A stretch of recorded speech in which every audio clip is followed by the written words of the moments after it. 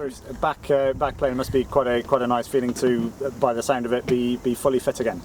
Yeah, look, I mean, injuries never come at a good time, but as you know, obviously, opens the door for someone else, and the boys have been doing really well. But yeah, really glad to get back. It's made me more motivated, and unfortunately, obviously, we didn't get the result we wanted. But we're looking forward to playing Melbourne City this weekend, which is going to be another good test. I suppose that's always the risk, isn't it? As you mentioned, you opened the door, and Cammy and Maddie Steinman have really, taken the chances, haven't they, so far this season, making it tough for you to maybe get back in as easily as a lot of people would have thought. Yeah, look, I mean, it's competition for spots, it's a challenge, but yeah, as I said, I'm really motivated to keep playing and pick up where I left off. I was playing well and then get injured, but yeah, look, it's just made me more motivated to get back in and play well. How have you dealt with the fact, obviously, you made vice captain this season, given an extra leadership role? It must then be a little frustrating to not be able to lead out on the field. So what have you done around the paddock and around training to maybe solidify that new leadership role you've been given? Just to help out as much as possible, give feedback to some of the boys when needed, just to try to be as positive as possible. I know it can be hard when you're injured, but I think with the group we have, that's one thing that's been really good this year. We've been really positive through the ups and downs, and so yeah, I just tried to give some feedback to boys when they needed, and also give them a kick also when they needed as well. But the last few weeks we haven't really needed to do that. We've been doing really well, but I think the test now is to bounce back from we've had a few poor results recently, so I think the test is now to bounce back. And as for the game on Friday, how disappointing was it to come away with a defeat? I guess at one stage there it looked like the team was fighting back to potentially snatch a draw.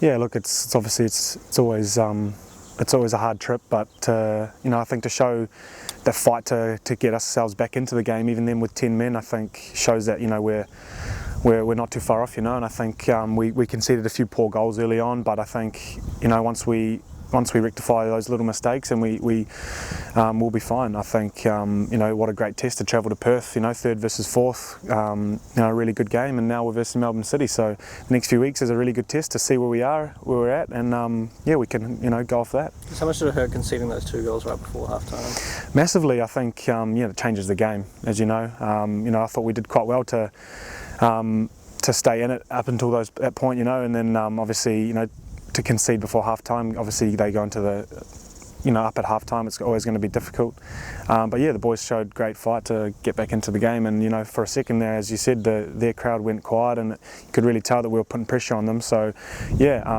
there's always positives to take away from a game like that, and as I said, now we look forward to versus Melbourne City. Yeah, how nice of a luxury is it to have a guy like Gary Hooper to be able to bring him off the bench? Obviously he showed his class in full 2 days. Yeah, well, you saw what he can do, so and that was only in 20 minutes or 15 minutes, so yeah, so we'll see when he's back in and see what else he can do. Because do you think it's a case of you just need to give him the service? I guess we saw with Tim Payne's cross, if you can put a cross on his head, that he's going to score. Yeah, well, he's got quality, as you can see, and I think the more he plays, everyone's just going to understand him more. And I think, as you saw, I think it was one cross, and then he put his head on it, and it's a goal straight away. So he can score, and he's a very dangerous player, and he's obviously played at a high level. So I think we need to use him as best as we can, and looking forward to seeing what else he can do. Because is that going to be one of the strengths of the Phoenix now? The bench that you can call upon. I guess in the previous game when Josh came on and scored, and obviously you had an impact as well. Mm-hmm. Yeah, look, we've got great depth, and obviously it helps him massively, and it gives the coach a headache to choose a starting 11. But as you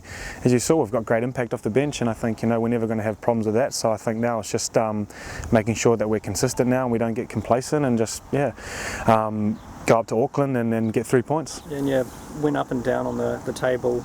Adelaide losing kept you in 4th place, but I guess the teams behind you have caught up a wee bit as well. So how key is it to get a win against Melbourne City this week? Yeah, massive. I think it's going to be a nail biting finish to the season. I think as you said, it's very close. I think there's 6, 7, 8 teams all going to be pushing for that top 6, and Yeah, it's going to be good. It's a good test versus teams above us, and I think then we've got Sydney FC as well, which is obviously another tough game. But as I said, great test for us to see where we're at, and we can then once we've got through that, we'll see where we are and reflect, and then move on.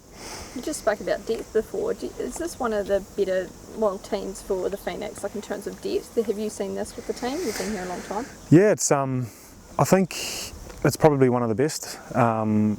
Yeah, I think the impact some of the boys have made in the last few weeks especially has been really good, and I think that shows that you could play anyone that's on the bench, and I think it helps massively to have that sort of challenge and that sort of competition for spots. And as I said, it's hard for the coach to then, to pick his 11, because he knows that there's probably 4 or 5, 6 others that are all, that could be in there as well. So it's really good for the team, keeps everyone on their toes, and it's a good challenge. I was going to say, how hard is that for you guys, or do you enjoy the competition? Oh, everyone enjoys it. I think we're all competitive, so coming into training and knowing that you're going to be fighting every training every day, so it's good. It keeps, as I said, you're always improving. It keeps you on your toes. So you know that if you don't perform well, or if you're not up to it, then there's someone else that's going to be ready.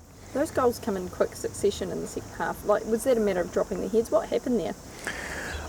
Look, I think we just lapses of concentration, or they punished us, and I think that's Perth have been really good at that this year. They might not have had much of the ball and things like that, but they punish you, and I think that's one thing that we need to, I guess, work on, is to have that concentration in those certain moments.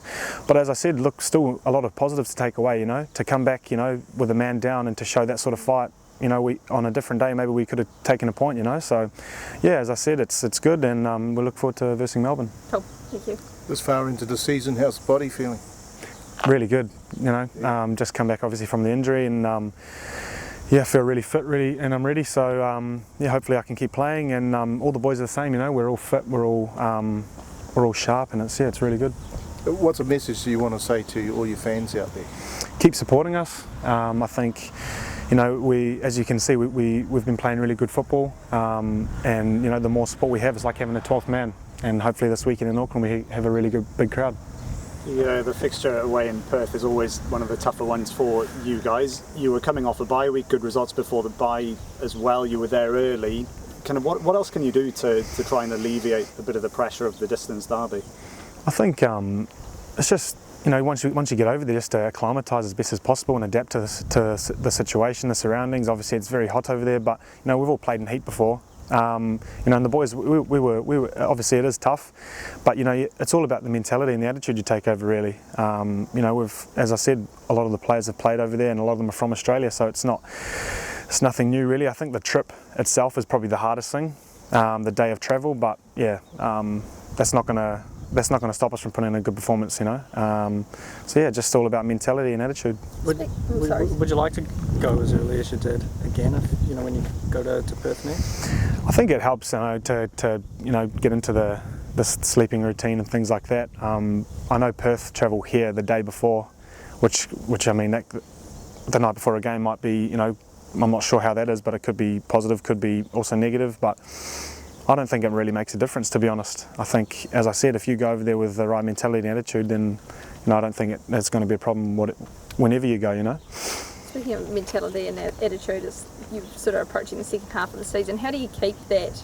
You're on such a good run, couple of losses. Mm-hmm. Do you guys still have that same focus and mentality going through the second half? Of course, I think, now coming off the back of a couple of defeats, I think it actually just, it actually makes us switch on more, makes us more hungry to get back to, get back to how we were playing and get back to getting results that we were getting, But the thing is as well in football, we've played some poorer games than that and we've won. So I think we were just punished in the weekend.